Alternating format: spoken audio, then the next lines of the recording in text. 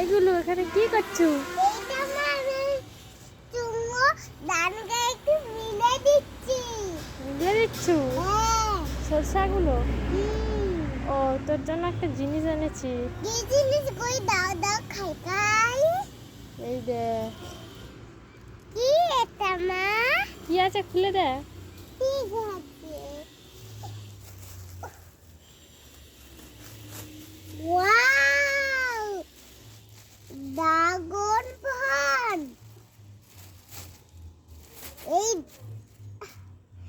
এই ড্রাগন ফলটা পেয়ে আমি খুব খুশি।